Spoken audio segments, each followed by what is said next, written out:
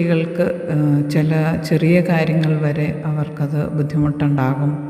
കുറച്ചുകൂടെ സ്കൂളിൽ പോകുന്ന കുട്ടികളാണെങ്കിൽ അവർക്കിപ്പോൾ ഒരു ചെറിയ ഭയമോ ഭയപ്പെടുത്തുന്ന അനുഭവങ്ങളൊക്കെ ഉണ്ടായാൽ കുറച്ചും കൂടി അവർക്കത് പറയാനും അത് വീട്ടിൽ വന്ന് സംസാരിച്ച് അത് പരിഹരിക്കാനും സാധിക്കും. അതുപോലെ തന്നെ ടീനേജിലുള്ള കുട്ടികളാണെങ്കിൽ അവർ കുറച്ചുകൂടെ വ്യത്യസ്തമായിട്ടായിരിക്കും ആ സെയിം സിറ്റുവേഷനെ അവർ ഹാൻഡിൽ ചെയ്യുന്നത്. ഉദാഹരണത്തിന് ഇപ്പോൾ അവരൊരു വഴിയിൽ വെച്ച് ഒരു പട്ടി ഓടിച്ചാൽ തന്നെ ഓരോ കുഞ്ഞുങ്ങളും അതിനെ പെർസീവ് ചെയ്യുന്ന വേറെ രീതിയിലായിരിക്കും. ആ ഭയം അല്ലെങ്കിൽ അവരെ ആരെങ്കിലും ഉപദ്രവിക്കാൻ ശ്രമിച്ചു കഴിഞ്ഞാൽ ആ ഭയം അതും വ്യത്യസ്തമായിരിക്കും. ഓരോ ഏജ് ഗ്രൂപ്പിൻ്റെയും അവരുടെ വളർച്ചയുടെ ഭാഗമായിട്ട് വരുന്നതാണ്.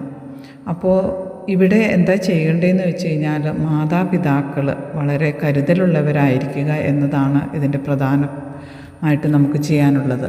മാതാപിതാക്കൾക്ക് ഇത്